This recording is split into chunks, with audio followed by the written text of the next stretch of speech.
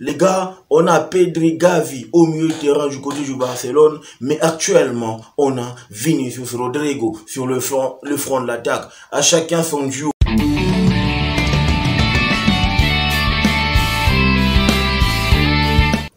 Salut les gars, bienvenue dans le temple du spectacle. C'est magnifique. Ça y est, on attendait une bataille, on attendait une électrification, on attendait de l'électricité dans le stade, dans les gradins, tout comme sur le pitch. On l'a eu, on a été servi. On a été servi par rapport à la qualité du football que nous a produit les 22 acteurs sur le terrain, par rapport à l'intensité que les 22 acteurs nous ont produit sur le terrain. C'est vrai les gars, sur ce qu'on a vu comme contenu du match aujourd'hui, on s'est rendu compte que le Real est injouable pratiquement. Le Real est injouable pratiquement parce que il dégage une sérénité olympique. On n'arrive pas à déceler, n'est-ce pas, les faiblesses de cette équipe du Real de Madrid. Ils sont très sereins, ils sont très calmes, ils jouent compact. Aujourd'hui, ils ont comprimé le milieu de terrain de l'Atlético Madrid. C'est vrai, je m'attendais toujours aux mêmes conneries que nous produit par exemple Cholo Simeone. C'est vrai, il a récidivé avec son système ultra défensif, croyant, n'est-ce pas, contrecarrer la connexion Rodrigo Vinicius. Parce que ces deux-là sont des flèches. Et aujourd'hui, ça a bien marché, mais c'est difficile actuellement de museler, n'est-ce pas, ces deux gars-là. C'est difficile de museler ces deux bonhommes-là. Ils te courent, ils te font des courses dans le match. Parce que on s'est focalisé sur Vinicius ainsi que sur Rodrigo, en oubliant qu'il y avait un ultra bon Fede Valverde. Mais franchement, ce gars, il dégage de la sérénité, il dégage de la confiance, il te court, il n'a pas peur de personne, il te court, il est là aux aguets, il est là, il va au front. C'est la raison pour laquelle c'est le bonhomme de Carlo Ancelotti, tellement qu'il te joue sur toute la ligne droite. Il est là, il peut faire le 8, il peut faire le 7, il peut faire le 2. Et il n'y a aucun problème à cela. Il sera toujours bon, peu importe le poste, peu importe le rôle dans le match, il sera toujours bon. Et il est en train d'enchaîner. Il a enchaîné son 3e but au cours de son 3e match. Et là, je me dis, franchement, Carlo Ancelotti, c'est vrai. Quand on a vu, on l'a balancé du côté de Everton, on a dit c'est bon, Carlo Ancelotti, ça y est, il est fini, il a plus cette magie, il a plus cette grinta, il a plus cette aura. Mais le gars, il revient au Real de Madrid, il nous sort une autre masterclass, il nous sort un autre niveau de coaching. Depuis 2 saisons, Carlo Ancelotti, c'est du high level les gars, c'est du high level par rapport à ce qu'il est en train de produire. Et moi je me dis sincèrement, Florentino Pérez, il a la baraka. Il a cette baraka d'avoir en son sein un entraîneur qui sait lire le jeu, qui sait lire son adversaire, qui sait comprimer son adversaire, qui sait transcender ses joueurs afin d'illuminer la rencontre. Et aujourd'hui, on a été servi. La bataille était électrique dans le match. Parce qu'on attendait, par rapport à la polémique, n'est-ce pas, que Vinicius a soulevé. Et on s'est rendu compte que ce match aujourd'hui, il était pour lui. Il était pour lui. À chaque fois qu'il touchait la balle, il se faisait huer par les fans. À chaque fois qu'il touchait la balle, il se faisait, n'est-ce pas, museler. Il se faisait bousculer par les défenseurs adverses. Il en a eu pour son compte par rapport à ce qu'on lui a réservé. Et c'était vraiment prévisible, c'était prédestiné. Pourquoi? Parce qu'il a soulevé une polémique. Et ça n'a pas du tout plu, n'est-ce pas, aux défenseurs de la Liga, aux coachs de la Liga. Franchement, moi je me dis, Vinicius, il a un tel niveau d'insouciance, un tel niveau d'engagement, un tel niveau d'abnégation que tu te rends pas compte que ce gamin n'a que moins de 23 ans.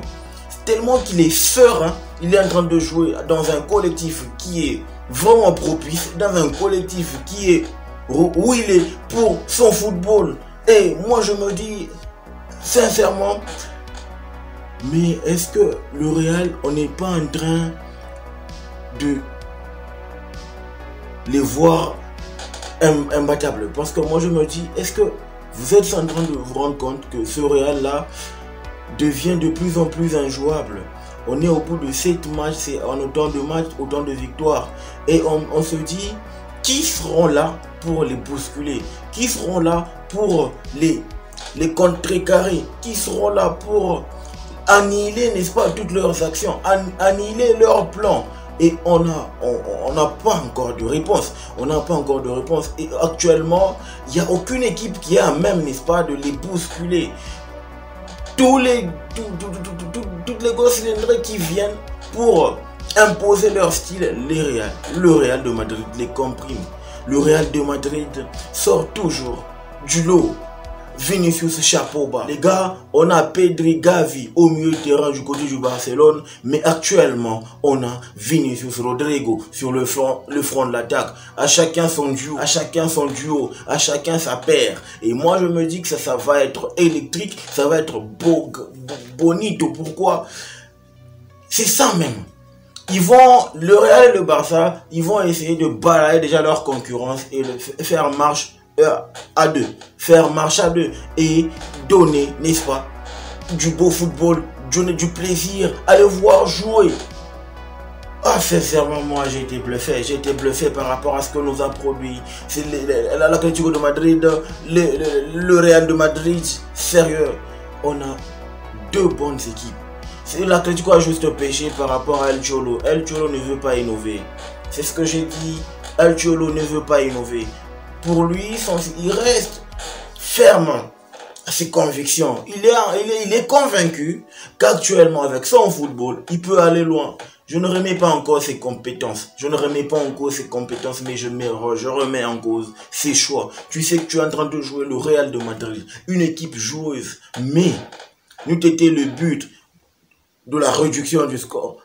Mais, il n'y a pas eu match. De l'Atlético de Madrid. Il joue avec la peur au ventre. Déjà qu'il faut titiller le Real en le regardant droit dans les yeux. Chose que l'Atlético n'a pas fait durant toute la première partie. À part, n'est-ce pas, l'intensité physique, l'impact physique, l'intensité du match. Ils n'ont pas fait grand-chose. Griezmann, il s'est fait trimballer. Reinildo n'avait aujourd'hui qu'une seule mission, n'est-ce pas? Annihiler, briser les côtes de Rodrigo. Il a essayé, mais ça n'a pas donné. Hermoso, il s'est même fait virer. Parce qu'on a compris que l'Atlético de Madrid avait pour rôle d'être débouché. Donc aujourd'hui, ils se sont comportés en boucher au lieu de jouer au football. Un match ultra engagé physiquement. C'est là que je me dis que ce Real de Madrid est archi méga hyper fort. Pourquoi? Personne ne peut les toucher.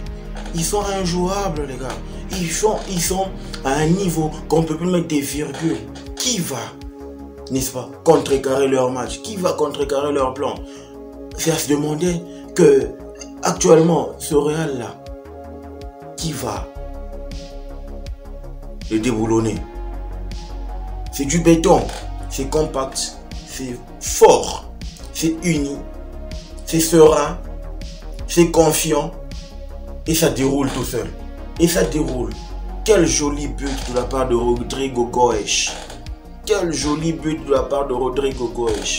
Non mais ce garçon, il est minuscule mais il te court. Il te fait des choix intelligents. Il te fait des rushs intelligents. Il te fait des appels intelligents. Et il fait un pressing intelligent, ce Rodrigo Goes. Je suis fan de ce joueur. Franchement, il n'a pas peur. Franchement, il n'a pas honte. Franchement, il n'a pas du tout la peur au ventre. Il va au front. Il attaque. Il sait qu'il va s'en sortir. Et il s'en sort.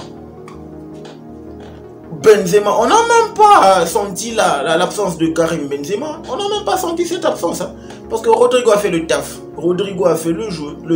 Il il s'est mis au diapason de la rencontre. Il s'est transcendé, n'est-ce pas, afin d'illuminer, d'éclore à tout son talent et d'illuminer, n'est-ce pas, la rencontre. Chapeau bas, homme du match, et il repart avec le trophée à la maison. Se dire, n'est-ce pas, le niveau, la qualité offensive qu'a le Real Madrid.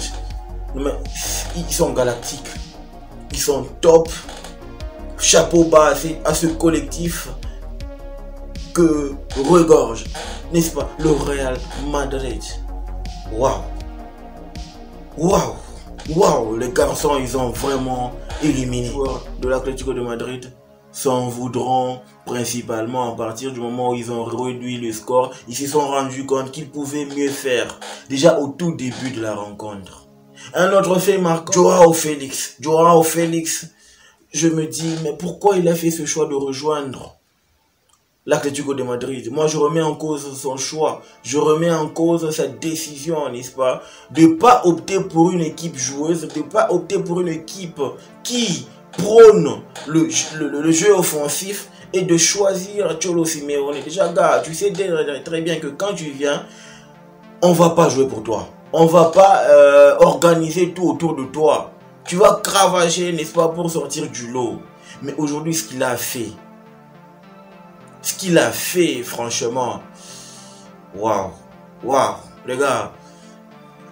Je sais pas si c'est une erreur de débutant, mais il s'est complètement lâché. À sa sortie, il est complètement rentré. Il est parti directement dans les vestiaires. Il s'est dit, il en avait marre. Il en avait marre. Bon les gars, on se capte au prochain numéro. N'oublie pas de t'abonner. N'oublie pas de t'abonner, gars. N'oublie pas de t'abonner. Remplis l'arena. Le football mérite d'être vécu. Ciao.